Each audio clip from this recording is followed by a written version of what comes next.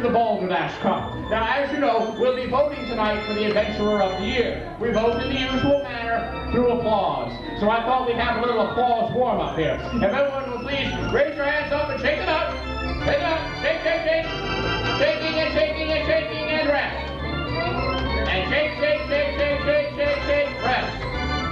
Good. All right, now, preparatory position. And clap. And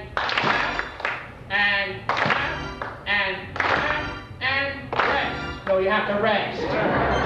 If you don't rest, then you'll break something. All right, once again, and shaking, and rest. And shaking, and rest. And preparatory, clap, and clap, and clap, and rest. And clap, and clap, and clap, and rest. Wait a minute.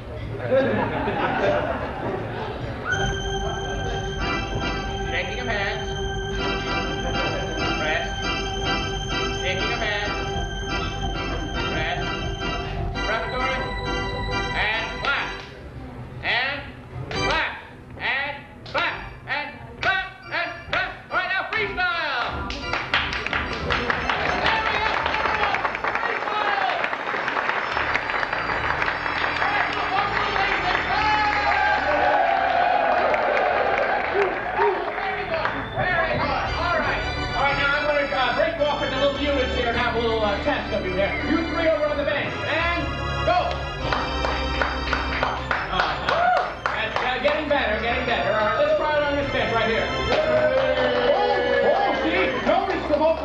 Here. Very good.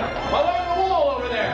Oh, wonderful, except the people with the Geiger counters. All right, along this wall here. All right, not too bad. Now, all the people sitting at the tables.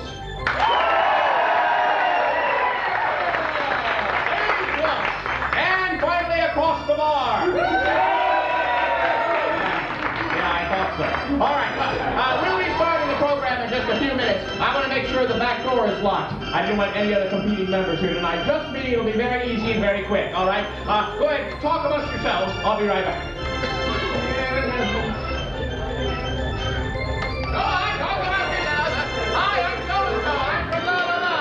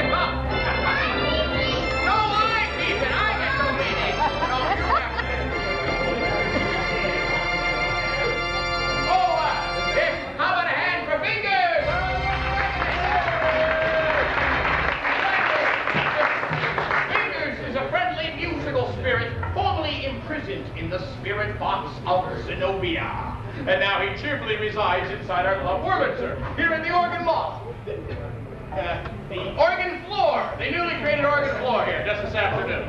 But it wasn't my fault. Well, ladies and gentlemen, for those of you who have not met me yet, my name is Professor Otis T. Wren, ichthyologist extraordinaire. And tonight, our club's highest achievement, the Balderdash Cup, will be awarded to the Adventurer of the Year!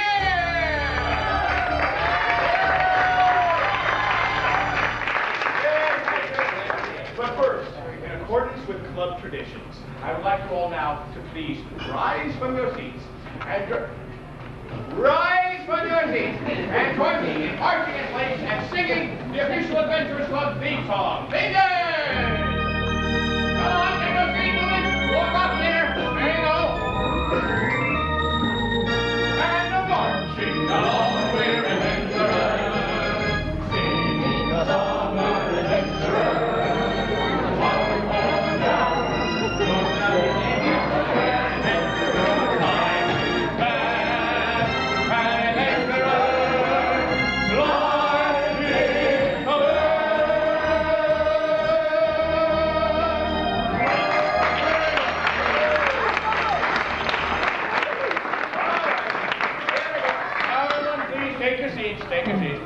Your own seat, sir. First, the precepts by which this august competition will be decided. That means the rules, sir. Rule number 1. Each permanent member of the Adventurers Club will tell or actually demonstrate one true-to-life adventure. Rule number 2. Upon the completion of all the stories, you are esteemed guests. What a fine-looking lot you are, I must say. You will decide, through your applause, who will be awarded the Balderdash Cup. Excuse me, sir. Hi. Hi. My name is Emil Hall, and I'm an adventurer from Emil Hall, and I'm from Ohio, Sandusky, Ohio, and I came here to compete for the Balderdash Cup. Well, I'm afraid that's impossible. You can't. Why? Why? He wants to know why. Why? Well, I'll tell him why. Yes, as soon as I can think of a reason. Yeah, because that's why. Have you filled out the official entry forms? No, sir, I haven't. Oh, well, he hasn't filled out the form. Oh, well. Here's a picture of you looking silly. I guess you're going to have to go speak to Fletcher Hodges. You might catch him before he leaves for Africa. Okay, thank you. Bye. Bye-bye. As I was saying, rule number 3. Each competing member must be present in the library in order to tell the stories. Well, that said, let the Balderdash begin. All competing members front and center to the stage! Excuse me, I need it up there.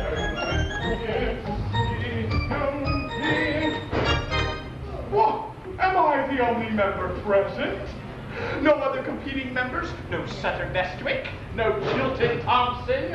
No Hathaway Brown? Well, looks like I, and I alone, am This going is Hathaway Brown. I'm coming in for a landing. No! Oh, yes, Professor. I've got to crash land this buggy. You get those paddleboats out of the way. A late Point Vista. Here it comes.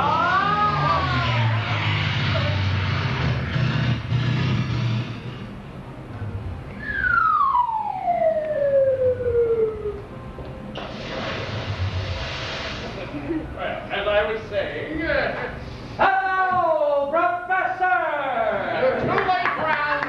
The meeting has already begun, and I am the winner. You're forgetting rule number 4, Professor. Rule number 4. Each member of the Adventurers Club shall be eligible for the Balderdash Cup competition, provided he or she arrives before midnight of the contest date.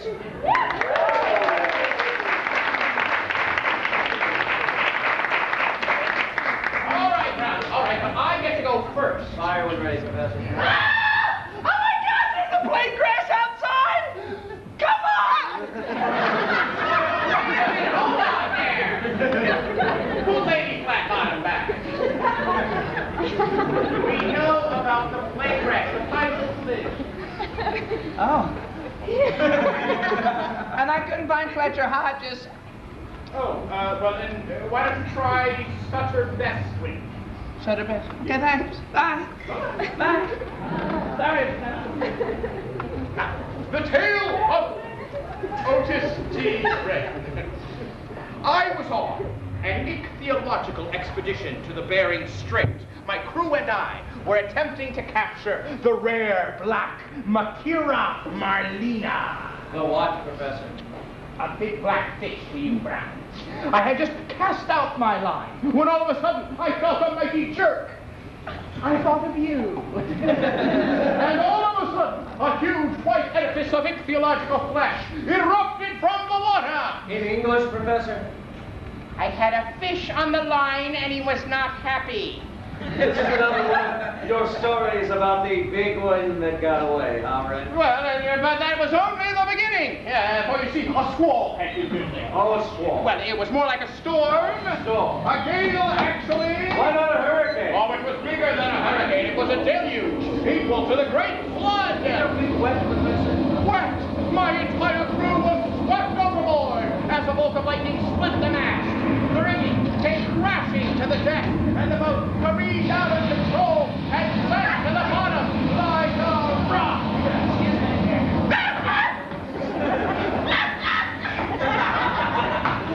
I couldn't find Sutter Best now.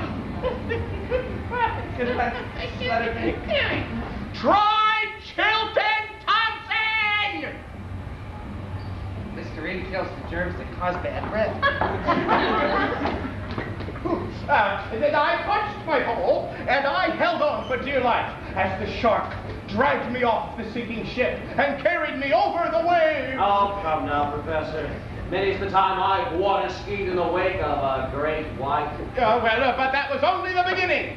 For you see, I was dragged for 12 days behind the alabaster beast, through temperate zones, through tropic zones, through no parking zones, with the shark nibbling on whales and small oil tankers along the way. Nibble, nibble, nibble. And finally, the great beast grew exhausted and released me along the shores of Manhattan. And that is how I became the first man to circumnavigate the globe without a boat.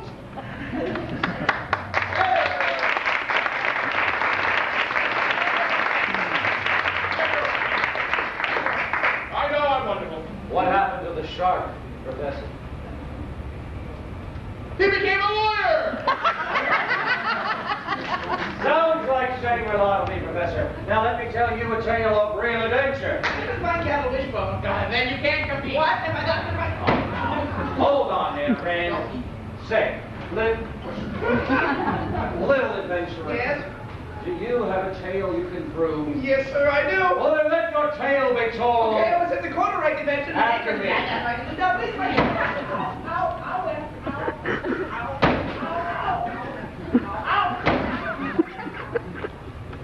I was flying relief supplies to the victims of a cataclysmic earthquake on the island of Krakatoa. I wasn't just sport fishing for the fun of it, Professor. I was on No, I received a call on the dead of... But I can only take just one. Yes, fine. There's your little friend tumbling down the stairs again. Wants to play all day with you.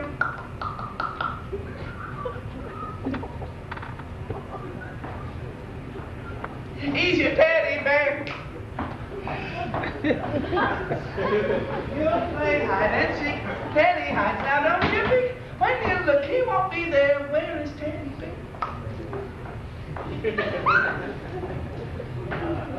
Teddy bear, get All right, it's fair. Back in your cave. As I was saying, I was winging my way over the dark, uncharted waters of the South Pacific with nothing but a pair of cheese sandwiches. What kind of cheese? American, of course. No. Later, you. Without warning, the engine coughed, sputtered, and died. Damn. You see, Jim, my trustworthy mechanic, had failed to fill the fuel tank. Oh, no, wait there, Jim. I don't blame you. Jim's a good mechanic. just dumb as a post. I warned you about that, man. So there I was, hurtling toward the earth in my altimeter. It's whirling around like a Viennese waltz. When out of the corner of my eye, I spotted a tiny volcanic island with a crater lake. An easy landing. I slipped the gypsy moth down into the crater, and I gently set her down. On boiling hot lava! Egad. You see what I thought was a gentle pod turned out to be a cauldron of boiling death. Time for a cheese sandwich. Grilled. I watched as my beloved gypsy moth disintegrated into the lava's heat. No, dear, I wasn't afraid to die. No. I see you understand that. No. I was merely certain that the relief supplies might not reach the children of Krakatoa in time. So what did you do then? Walk across the lava, say away? Hardly, Professor. I remembered that the tail of the moth was made of a high-grade titanium. Clutching the medical supplies, I tore the tail rudder off, and I used it as a surfboard to ride the lava. Then, the entire floor of the crater collapsed, and I found myself being sucked into a vast sea, inside an immense cavern. And there, at the far end of this vaulted... There, at the far end of this vaulted world, stood an island gleaming with light. This was Atlantis, the lost continent.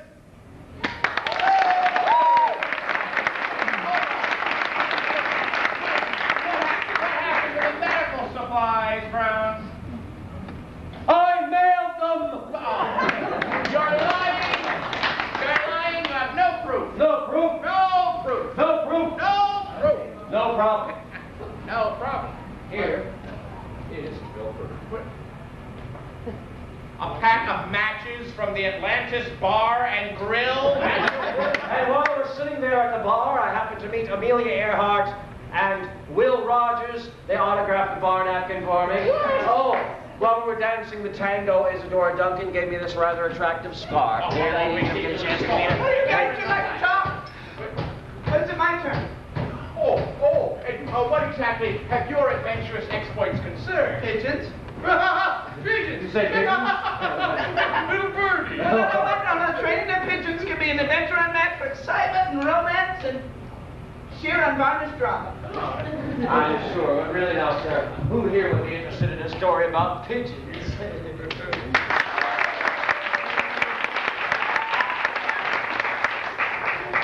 Everybody but her. It was a rhetorical question. My, how quickly they turn. Either against. Hey, guys.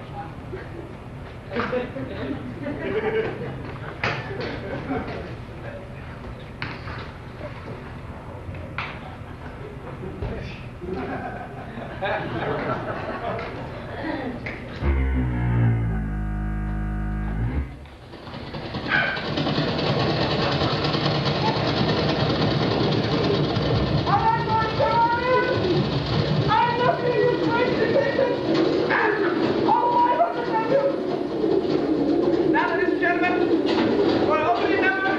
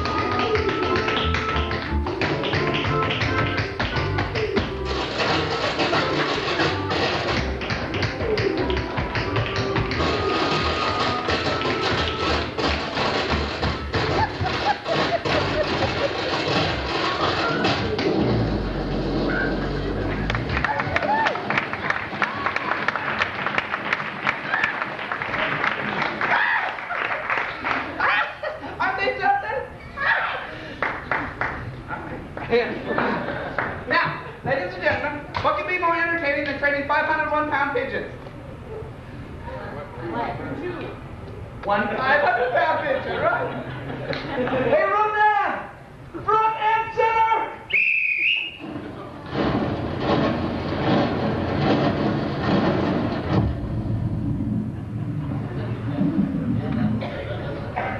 Okay, big fella.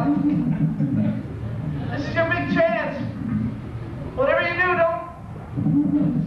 Hands up.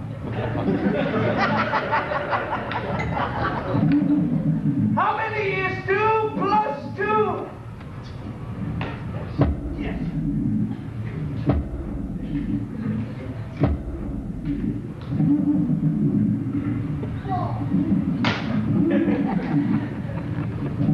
Think, Rodan, think.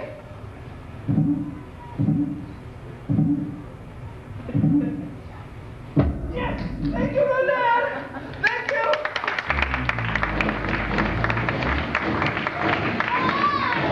Well, ladies and gentlemen, it's the adventure of the Pigeon Corps. Can we go to the voting portion of the program? Voting! Very good, voting. Well, ladies and gentlemen, how many of you choose to believe that pack of lies told to you by Mr. Hathaway Brown?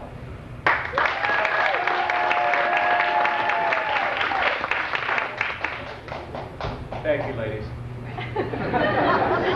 How many people, on the other hand, choose to endorse Professor Wren's questionable kettle of fish?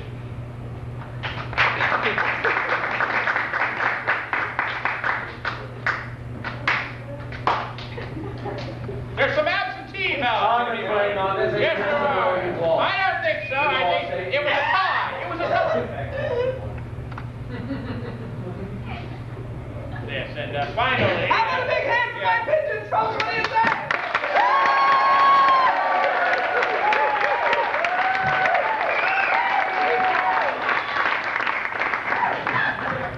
Oh. Thank you, ladies and gentlemen. Abel B. Hall. No, that's Flea Hall, sir. Abel Flea Hall. Hall. It is with the utmost respect that we present you with the coveted Balderdash Cup. Signifying your selection as Adventurer of the Year. Oh, thank you so much, everyone.